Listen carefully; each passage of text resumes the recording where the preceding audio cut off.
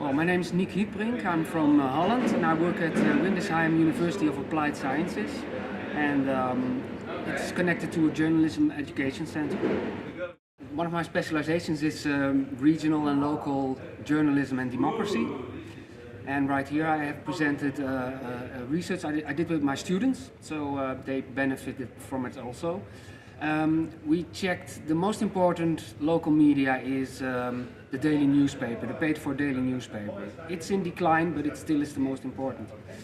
And we wanted to see how much this decline was, so we compared 1 week of news of 2004 with 1 week of news of all the regional newspapers of 2014.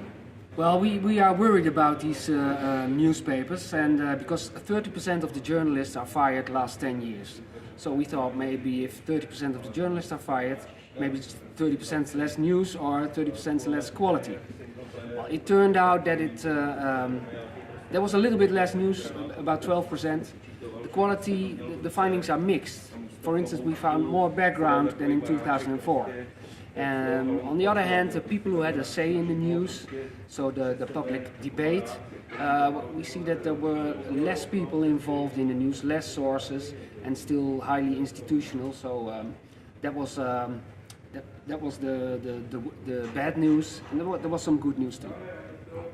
Well, with my students, I'm working on an expansion of this same research. For instance, we are very interested in constructive journalism.